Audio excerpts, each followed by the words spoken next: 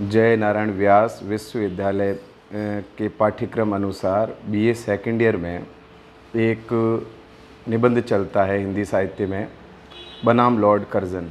बाल मुकुंद गुप्त द्वारा लिखा गया है ये निबंध। बाल मुकुंद गुप्त बहुत प्रसिद्ध निबंधकार रहे हैं और उनके अधिकांश निबंध जो है समाज, साहित्य और संस्कृति पे लिखे गए हैं।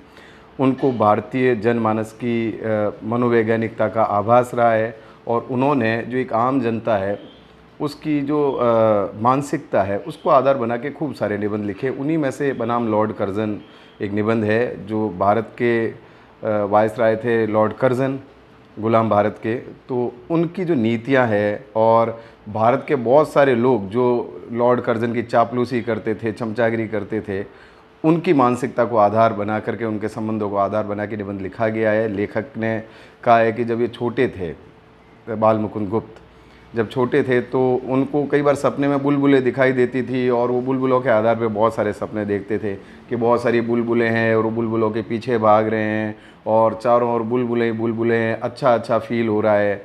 रियल में ऐसा कुछ नहीं होता था, लेकिन वो सारा सपना था। तो ऐसे सपने गुलाम भारत में भी लॉर्ड कर्जन ने दिखाए और आजकल के नेता भी जनता को ऐसे सपने दिखाते हैं कि हम ये कर देंगे, वो कर देंगे। धरातल पे कुछ भी नहीं होता और उनके जो चापलूस हैं, उनके जो चमचे हैं, वो उन नेताओं की गलत बातों को भी प्रमोट करते रहते हैं कि नहीं साहब, नेताजी सही कह रहे हैं।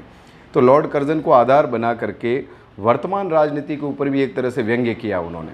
तो लॉर्ड कर्जन जो है उनकी नीतियों को आधार बना के बताया गया कि लॉर्ड कर्जन की अनेक नीतियाँ गलत थी, भारत को आर्थिक रूप से उन नीतियों के कारण तबाह होना पड़ा, उसके बावजूद उनके चापलूस चमचे उनकी तरफदारी करते रहे। तो बनाम लॉर्ड कर्जन एक तरह से लॉर्ड कर्जन की जो व्यक्तित्व है उसको आधार बना के लॉर्ड कर्जन को टारगेट करके और सारी बातें कही गई है।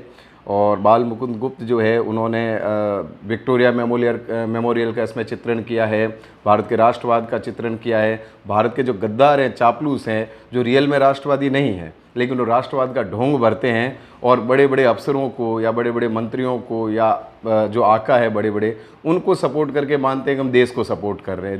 रियलिटी ये नहीं है। तो ये तमाम बातें इस निबंध में आपको नज़र आएंगी। तो बाल मुकुंद गुप्त ने सबसे पहले कहा है कि साहब लॉर्ड कर्जन ने नीतियाँ बनाई, लोगों ने उन नीतियों को अप्रिसिएट किया, उन नीतियों को बेहतर बताया, जबकि वो नीतियाँ गलत थी। लॉर्ड कर्जन ने जो जो नियम कायदे बनाए उनसे भारतीय आर्थिक रूप से तबाह हुए, भारत का सामाजिक, सांस्कृतिक और धार्मिक जो ताना बाना था वो पूरा बर्बाद हुआ। लेकिन उनके जो चमचे थे, चापलूस थे, वो उन नीतियों को तब भी प्रेरित कर रहे थे और उन नीतियों को प्रेरित करते करते लोगों की मानसिकता ऐसी हो गई कि जो सिस्टम होता है, सिस्टम में गलत आदमी भी है तो उसको सपोर्ट किया जाए ताकि अपनी गाड़ी चलती रहे। तो बनाम लॉर्ड कर्जन एक तरह से एक व्यंग्य है। हरिशंकर परसाई की जो सोच है, जो तौर तरीका है, बड़े व्यंग्यकार हिंदी के, वो तौर तरीका इस निबंध में भी आपको नज़र आएगा। तो जो बीए सेकेंड ईयर के विद्यार्थी, उनको निबंध पढ़ना चाहिए।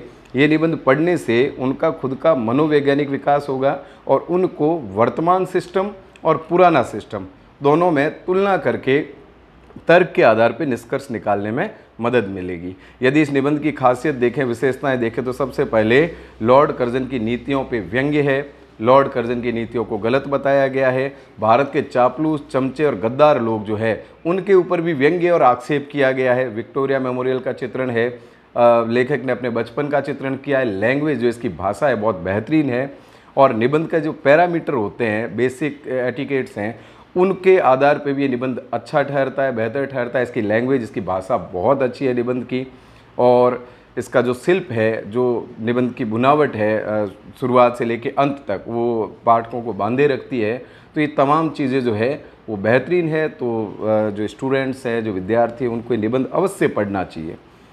और ये एक तरह से तत्कालीन भारत की राजनीति का भी चित्रण करता है। गुलाम भारत का जो हालात थे, गुलाम भारत की जो स्थितियाँ थी, उनको बहुत बेहतर ढंग से चित्रित करता है। गुलाम भारत की संस्कृति और समाज का भी खाका प्रस्तुत करता है और उस वक्त जो प्रशासनिक व्यवस्था थी, जो एक ढांचा था, सिस्टम था पूरा गवर्नेंस का, उसको भी बेहतर ढंग से सामने रखते हैं। और दूसरी चीज़, जो मूर्तियां लगाई जाती है, मूर्तियों के ऊपर भी आक्षेप है कि जो राजे रजवाड़े थे या फिर जो अंग्रेज़ थे जो भारत पर राज कर रहे थे, वो लोग रियल में जनता के दिल में जगह बना पाए कि नहीं बना पाए, लेकिन दलाल जो थे बीच में, उनके दिल में अवश्य उन्होंने जगह बनाई। जबकि इज्जत मिलनी चाहिए थी आहुआ के ठाकुर कुशाल सिंह चंपावत जैसे लोगों को, गांधी जी जैसे लोगों को, अपने भगत सिंह जैसे लोगों को, अशफाक उल्लाह जैसे लोगों को। लेकिन इज्जत जो लेने के लिए उतावल में कौन रहते थे? उतावल में रहते थे गद्दार लोग। और आज भी भारत में ऐसे बहुत सारे लोग हैं जो राष्ट्रवाद के नाम पे तमाशा क्रिएट करते हैं, नाटक क्रिएट करते हैं। उनका देश से कोई लेना देना नहीं है, क्योंकि उनको अपने आकाओं को खुश करना है। यही दौर गुलाम भारत में भी था, और ये आज़ाद भारत में भी ऐसे अनेक लोग हैं जो पुरानी मानसिकता लेके जी रहे हैं।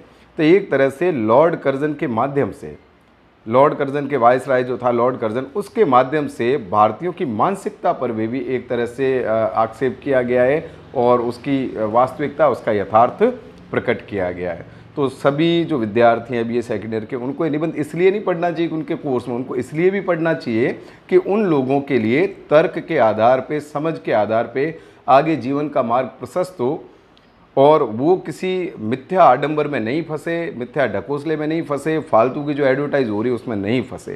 तो ये निबंध आपके बौद्धिक विकास के लिए बहुत बेहतरीन है, और ये आपको पढ़ना चाहिए। धन्यवाद।